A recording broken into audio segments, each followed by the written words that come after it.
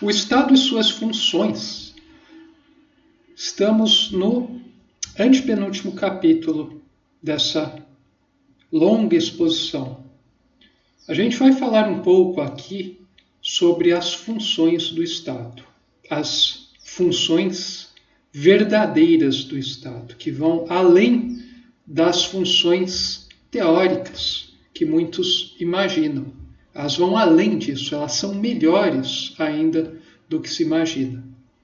Então, nem a nossa pobre teoria é posta em prática. Imagina uma teoria muito mais à frente, né? Funcionalidades que as pessoas desconhecem. Pois é, mas esse será o estado do futuro, o estado de uma nova civilização. Não se sabe quando vamos chegar lá, o caminho ainda é longo, mas esse será o estado da futura civilização. Então vamos comentar um pouco sobre ele. A sua voz deu relampejos sobre como será o funcionamento dessa organização que hoje em dia, né, já nasceu, mas ela ainda está em seu estado pré-histórico. E justamente por isso, muitas pessoas têm pavor quando se fala em Estado, né, um Estado que domina tudo, que vai crescer numa futura civilização. Só que é preciso compreender que é um Estado como nunca antes imaginado. Então, a gente colocou aqui como encarte aqui é retirado do filme Tar, né? Uma regente. O Estado teria essa função, né? Ser o regente de uma grande orquestra. A orquestra é toda a humanidade, né? Todas as formas vivas no planeta, todo o planeta, né? O Estado teria uma função, né, de ir orquestrando o desenvolvimento à medida que se toca essa grande sinfonia cósmica, né? A grande sinfonia cósmica é a lei de Deus e todo o trajeto evolutivo de todas as formas, né? Todos os fenômenos desse universo. Bom, primeira coisa que a gente precisa ter em mente aqui é que a hierarquia de funções não pressupõe diferenciação de importâncias.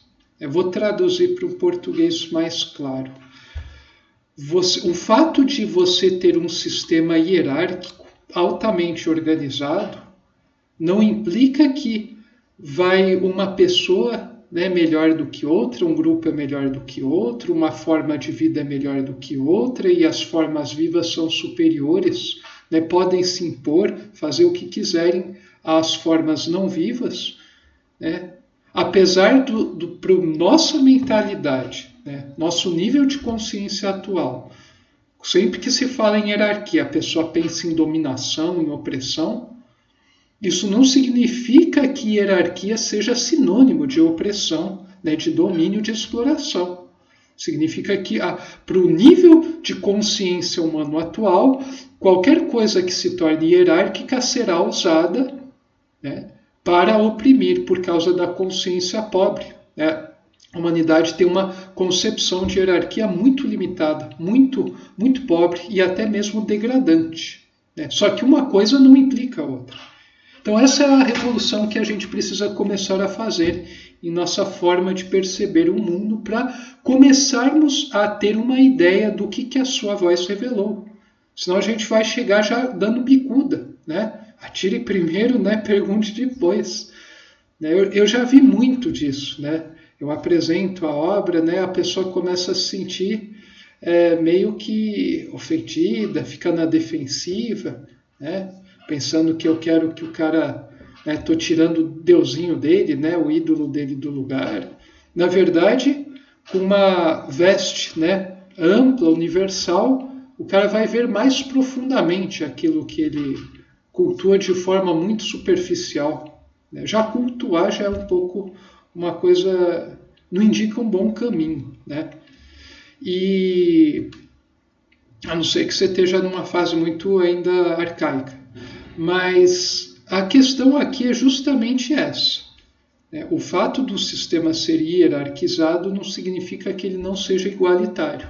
Não igualitário no sentido de todo mundo ser exatamente igual, mas igualitário no sentido de todo mundo estar exatamente no lugar condizente com a sua natureza mais pura. Coisa que a humanidade, até mesmo eu, a gente tem dificuldade em compreender exatamente o que seja isso. Mas parece ser o modo com o qual a hierarquia divina funciona. Bom, isso é muito importante ter em mente. Se isso não entrar no sangue, na medula, você trabalhar, contemplar isso, refletir, isso vai demandar toda a sua vida, fazendo esses estudos interiores, essa vivência. Se você não fizer isso, você não vai compreender. Então, vendo isso aqui de cara, você viu todos os vídeos, anotou, procurou entender. Na verdade, para a imensa maioria, a não ser que alguém esteja sintonizado como eu, a pessoa, na verdade, não entendeu de verdade. Começou a ter uma ideia, mas você vai ter que ter uma vida inteira de vivência profunda para começar realmente a já caminhar bastante nisso. Então, assim, eu falando aqui, você vai, larga o vídeo, vai, tal, entendi tal. Não entendeu. Isso aí você vai entendendo cada vez mais a fundo à medida que você vai observando os acontecimentos da vida, em profundidade, qualquer que seja a sua vida. Bom, importância igual, funções diferentes. Olha só, alta diferenciação e ao mesmo tempo uma igualdade absoluta. Parece uma coisa contraditória, paradoxal. Mas se a gente for entender corretamente o que é, o que significa isso, não tem nenhum problema. Quer dizer, quando a gente fala em importância igual, a gente está falando que cada um deve receber os recursos indispensáveis, considerando que tipo de forma viva, ou não é, qual a profissão, qual é a sua constituição corpórea, o lugar onde mora, o tipo de atividade que executa. Então, cada tipo de profissão tem recursos que são indispensáveis para elas. Para um engenheiro, o que é indispensável pode ser algo completamente irrelevante para um pianista, ou para um pintor, e daí por diante, arquitetos, médicos, advogados, camponeses, por aí vai. Então, é claro que todos esses compartilham de algo comum. Por exemplo, todos precisam se alimentar de forma saudável.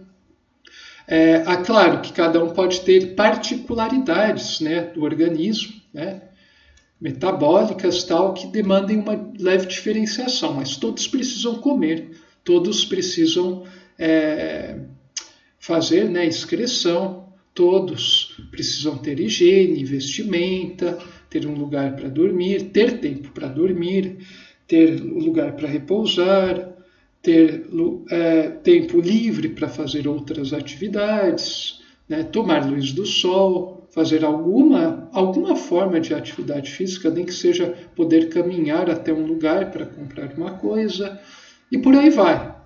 Agora, esses seres podem ser altamente diferenciados em suas vivências, em suas profissões, em seus conhecimentos, no método com que eles usam para estudarem e ficarem a par de coisas na sua área e áreas adjacentes. Então são instrumentos, ferramentas, métodos muito diferentes, saberes diferentes, mobilizados de maneira diferente, combinados de modos distintos, mas às vezes se relacionam com outros.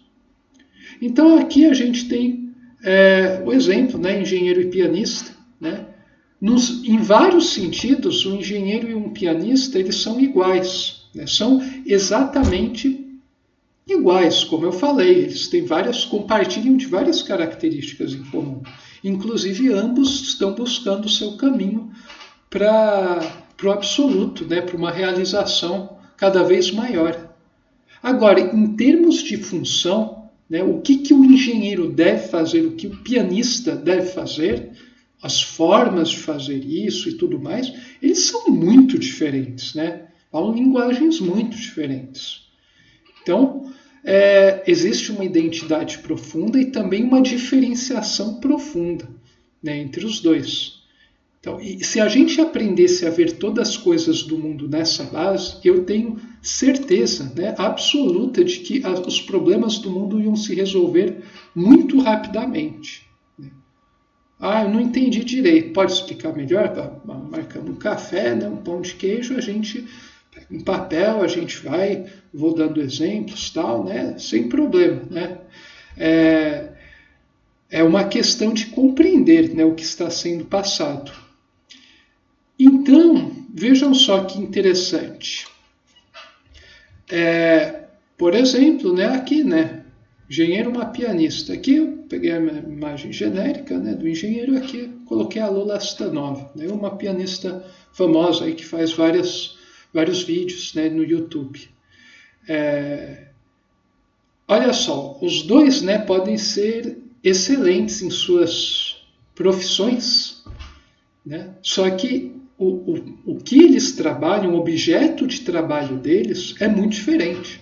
Né? Por exemplo, o engenheiro, você vai mostrar um tipo de inteligência artificial, ou, por exemplo, um mecanismo, né, um sistema, ou um modelo, né, de um sistema mecânico, elétrico, por aí vai, que represente muito bem a realidade. O cara vai ficar muito animado com isso.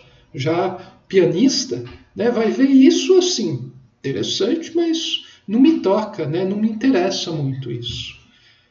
E de forma reversa também, às vezes uma coisa, né, o pianista escuta, ou ele está passando, tem uma ideia para uma música, daí compõe, passa para uma partitura, ele vê a partitura e ele sente alguma coisa profunda lá, daí reproduz.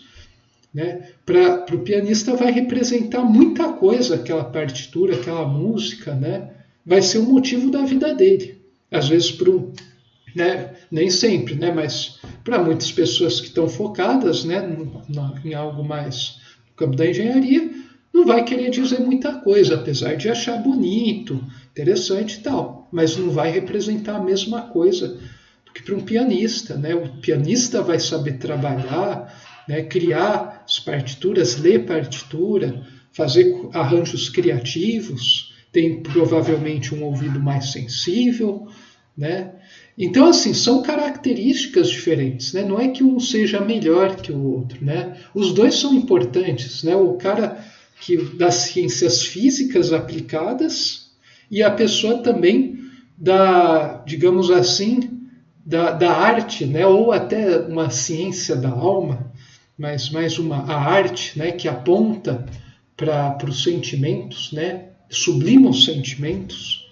Na verdade, os dois exercem um pouco, né, o pianista, né, o artista exerce uma certa técnica, existe uma certa engenharia das almas presentes nas realizações deles, né, na expressividade deles.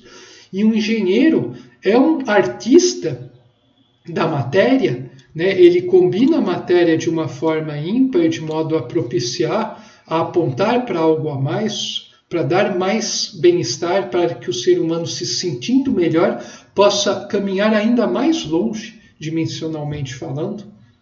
Né? Então, já falaram certa vez, né? Os artistas são engenheiros da alma. Daí eu completo dizendo que os engenheiros são artistas da matéria. Então, a gente tem uma coisa muito interessante aí. Né? Assim, é como se eles se complementassem, né? A engenharia e a arte, eles se complementam.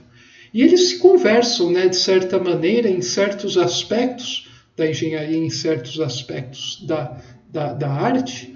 Né? Existe um fluxo, né, uma comunicação muito frutífera. Mas a questão é justamente mostrar, né, que todos são infinitamente valiosos e importantes, mas são altamente diferenciados e devem ser atendidos segundo essas diferenciações. Agora, no que existe de comunalidade entre os elementos, deve haver uma igualdade de tratamento, né? Por exemplo, todos nós precisamos comer, fazer, né, necessidades, né, cocô, xixi, a gente transpira, a gente precisa se lavar, se limpar, ter uma higiene, ter acesso a atendimento médico, né, saúde bucal, saúde do organismo, saúde emocional, precisa ter tempo livre, precisa socializar, precisa viver, né, tomar luz do sol, fazer alguns movimentos corporais, movimentos mentais e especialmente, né, ter oportunidades de acionar o movimento espiritual e por aí vai. Então isso precisa ficar claro, porque um futuro Estado ele não vai nivelar todo mundo por baixo, nem também vai diferenciar de forma a privilegiar grupos em função de ditames do ego. O Estado futuro vai ser um Estado sábio, né? Ele vai ser um Estado que se comporta como um sábio comporta, né? Só que uma superorganização. Isso ainda está para nascer. E para terminar aqui esse estudo nosso, né, desse capítulo, igualdade, né? A igualdade deve ser baseada em valores evolutivos. Isso é o mais importante. O conceito de igualdade ele é muito mais profundo do que se imagina. E o fato de muitas implementações terem dado errado, baseados na visão pobre que se tem de igualdade, é justamente devido ao baixo grau de consciência das pessoas. Isso não significa que o princípio da igualdade deve ser jogado no lixo, né? Liberdade, igualdade e fraternidade é mais difícil. Se eles forem mal interpretados, a gente vai dar ruim. Só que não é por causa que deu ruim que a gente deve jogar fora esses princípios belíssimos. Mas a gente deve rever o que eles significam de fato, a fundo. O que a humanidade vai ganhando consciência à medida que progride. E com isso a gente termina essa breve exposição desse capítulo 98, o Estado e suas funções.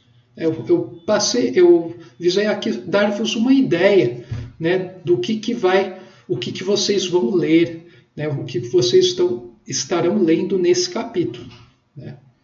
Então é preciso ter muito cuidado na hora de entender as palavras de sua voz. A substancialidade é algo central aqui para ser compreendido.